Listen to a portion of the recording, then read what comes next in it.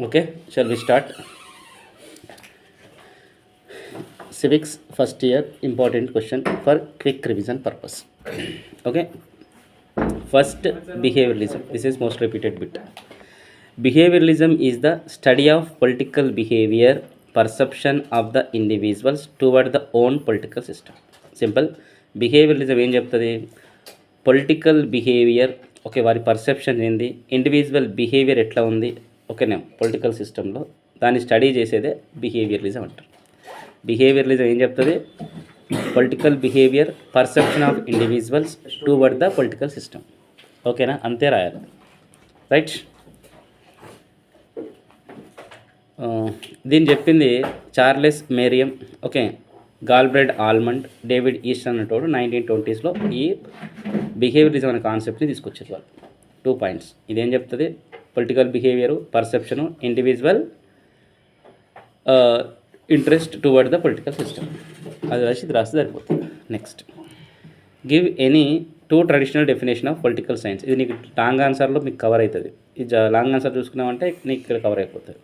ఇక్కడ traditional definition సంబంధించి 2 definition ఉంటాయి. ఒకటి గార్నర్, ఒకటి రెండోది డాల్.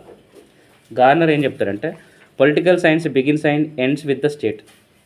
సివిక్స్లో ఎప్పుడు కూడా స్టేట్ అని వస్తే దాని మీనింగ్ ఏంటంటే కంట్రీ అనుకోవాలి. ఏమనుకోవాలి? కంట్రీ. ఏలియన్ అని వస్తే ఫారినర్ అనుకోవాలి. స్టేట్ అని ఎక్కడ వచ్చినా ఫస్ట్ ఇయర్లో ఏమనుకోవాలి? కంట్రీ అనుకోవాలి. వీడు ఏం చెప్తున్నాడు? గార్నర్ అంటాడు పొలిటికల్ సైన్స్ అనేది starts and end with the state. అంటే కంట్రీతో స్టార్ట్ అవుతుంది, కంట్రీతోనే ఎండ్ అవుతుంది అని చెప్తున్నాడు. Political science start and end with the state. వాటి టర్మినాలజీ స్టేట్ అని చెప్పాలి. ఎవడు చెప్పిండు అది? గార్నర్. డాల్ అంటాడు ఏం చెప్పిండు?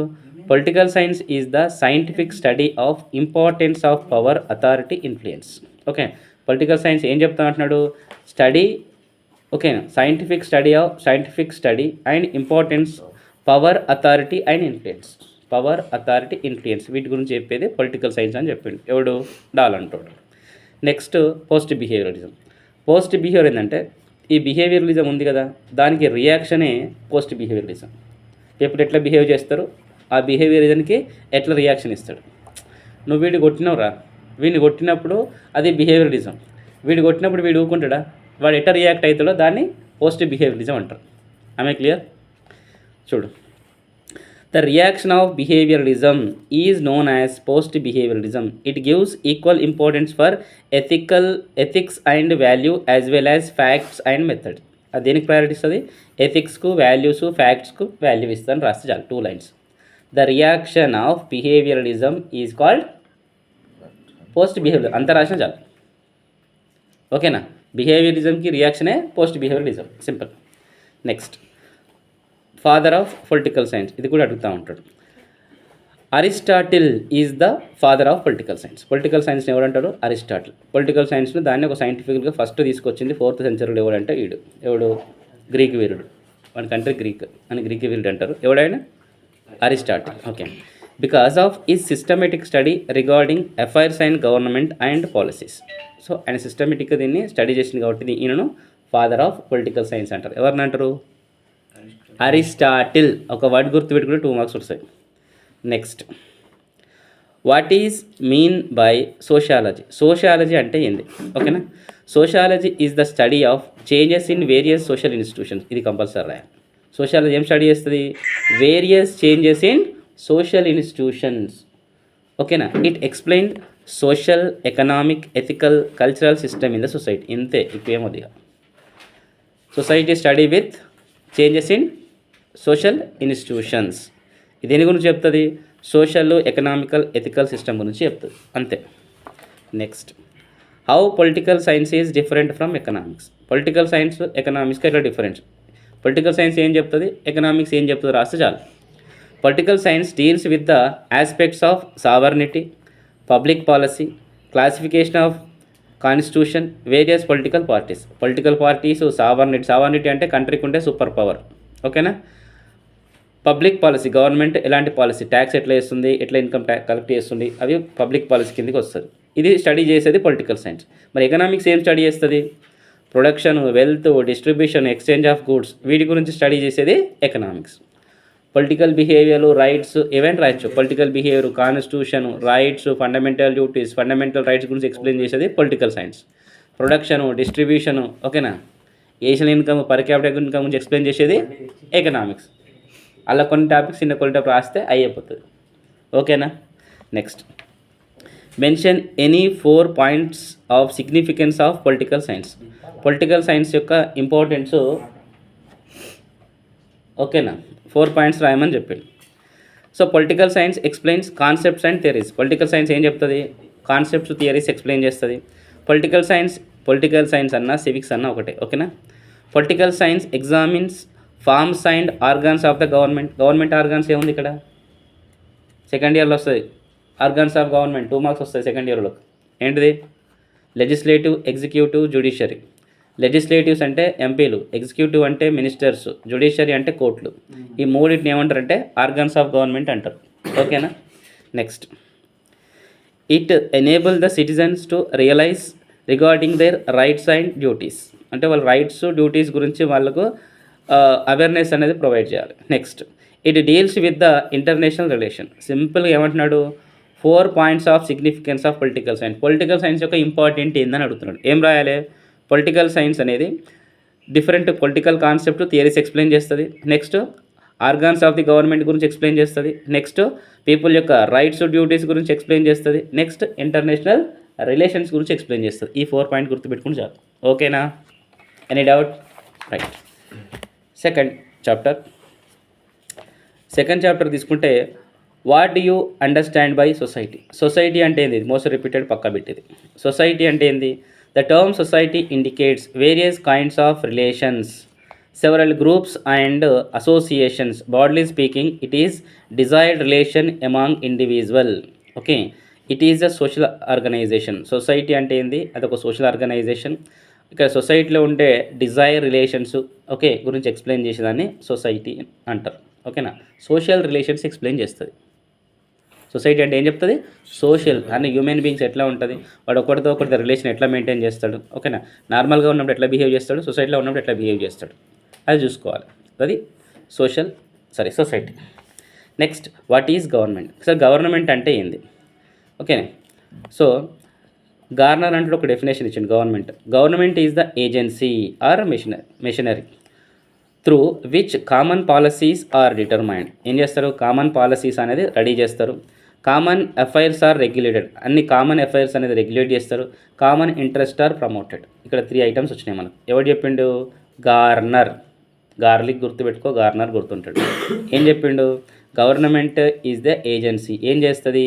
కామన్ పాలసీస్ని రెడీ చేస్తుంది, కామన్ అఫైర్స్ రెగ్యులేట్ చేస్తుంది, కామన్ ఇంట్రెస్ట్ని ప్రమోట్ చేస్తుంది. ఈ 3 గుర్తుపెట్టుకుంటే చాలు. Next, what is state. State అంటే ఏంది? ఓకేనా. ఇక్కడ స్టేట్ అంటే మీనింగ్ ఏమనుకోవాలి మనం? కంట్రీ అనుకోవాలని చెప్పిన. ఓకేనా.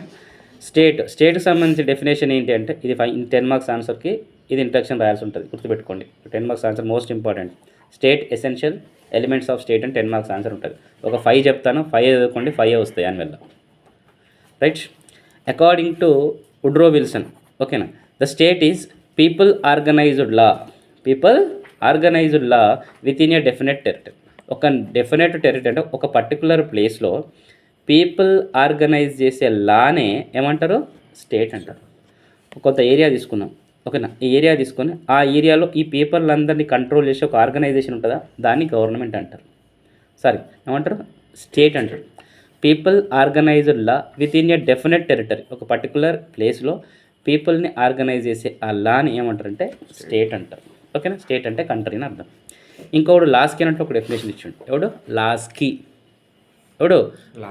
అడేం చెప్పిండంటే, the state is territorial society divide into government and subject claiming with in its allocated physical area supremacy overall other institutions. ఓకేనా. లాస్కీ అంటే ఏం చెప్పిండంటే, state is the territorial society, దాన్ని ఎటు డివైడ్ చేస్తారట?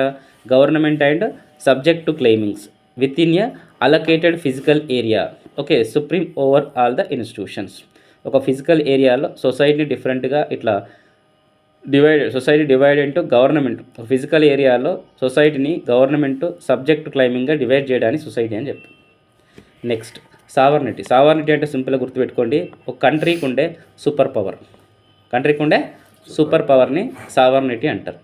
And internal sovereignty is supreme and it responsible only for giving and not accepting laws from the external authority. ఒక country అనేది వేరే కంట్రీ మనని రూల్ ఫర్ ఎగ్జాంపుల్ ఇండియా ఉంది, ఇండియాకు సంబంధించిన డిసిషన్స్ ఇండియానే తీసుకోవాలి. వేరే కంట్రీ వాడు మనకు డిసిషన్స్ను తీసుకోవద్దు, మన డిసిషన్స్ మనమే తీసుకోవాలి.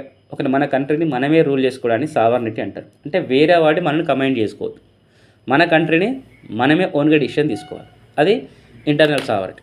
ఎక్స్టర్నల్గా ఫారెన్ వచ్చి కూడా మన ఇంటర్నల్ మ్యాటర్లో ఇన్వాల్వ్ కావద్దు, అది ఎక్స్టర్నల్ సావర్నిటీ. ఇంటర్నల్లో మనమే డిసిషన్ తీసుకోవాలి, వేరే కంట్రీతో డిస్కస్ చేసేటప్పుడు కూడా మన డిసిషన్స్ మనమే ఓన్గా తీసుకోవాలి, దాన్ని సావర్నిటీ అంటారు. మనం సెల్ఫ్ రెస్పెక్ట్ అంటారు కదా, ఇప్పుడు మనం ఏం చేయాలని పక్కోడు మనకు చెప్పింది అనుకో, మనం ఏం చేయాలనేది మనమే డిసైడ్ చేసుకోవాలి. పక్కోడు మనల్ని కంట్రోల్ చేసింది అనుకో, అప్పుడు మనకు ఫ్రీడమ్ లేదంటాం కదా. అట్నే కంట్రీకి కూడా ఏంటంటే వాడి డిసిషన్స్ కంట్రీ అదే తీసుకుంటే దాన్ని సావర్నిటీ అంటారు. వేడెవరు కంట్రోల్ చేస్తే సావర్నిటీ లేదు. ఇప్పుడు బ్రిటిష్ వాడు రూల్ చేసేటప్పుడు సావర్నిటీ ఉందా? లేదు, ఎందుకంటే వాడి కింద మనం వర్క్ చేయాల్సిందే. ఇండిపెండెన్స్ వచ్చిన తర్వాత మన కంట్రీని మనమే రూల్ చేసుకున్నాం, అప్పుడు మన సావర్నిటీ ఉందని చెప్తాం. అట్లా నెక్స్ట్ డిజ్యూర్ సావర్నిటీ అంటే ఏంటంటే, de jure sovereignty indicates the position of power by legally effluent authority of body. It issues orders and commands to all the individuals, institutions, organisations of the state. De jure sovereignty indicates position of power by legally effluent authority. ఎవడైతే super పవర్గా ఉంటాడో, ఎవడైతే main decisions తీసుకుంటాడో వానికి డిజ్యూర్ sovereignty అంటారు. వాడి super power వాడు చెప్పిందే ఫైనల్గా, దాన్ని డిజ్యూర్ సావర్నిటీ అంటారు. దానికి బెస్ట్ ఎగ్జాంపుల్ ఇండియాలో ఫైనల్ డిసిషన్ తీసుకునేది ఎవడు? President of India. ఈవెన్ కోర్టులు కూడా ఒకటికి ఉరిశిక్ష వేసిందనుకో, హ్యాంగ్ ఓవర్ వేసిందనుకో, దాన్ని కూడా కంట్రోల్ చేసే రైట్ ఎవరికి ఉంటుంది? ప్రెసిడెంట్కి ఉంటుంది. ఒక కోర్టు ఏం చేసిందంటే ఈయనకు ఉరిశిక్ష చేయమని చెప్పేసి జడ్జిమెంట్ ఇచ్చింది. ఓకేనా, నువ్వేం చేసినావు? ప్రెసిడెంట్కి అప్పీల్ చేసుకున్నావు. అండ్ హ్యుమానిటీ బ్యాక్గ్రౌండ్ మీద నీకు దాన్ని క్యాన్సిల్ చేసే రైట్ ఎవరికి ఉంటుంది? ప్రెసిడెంట్కి ఉంటుంది. అంటే ఆయనకి ఏమున్నట్టు? ఇప్పుడు డిజ్యూర్ సావర్నిటీ ఉన్నట్టు. సో ఇంగ్లాండ్లో అయితే రాణి ఉంటుంది, బ్రిటన్ క్వీన్ అంటాం కదా, బ్రిటన్లో క్వీన్కి కూడా సేమ్ పవర్స్ ఉంటాయి.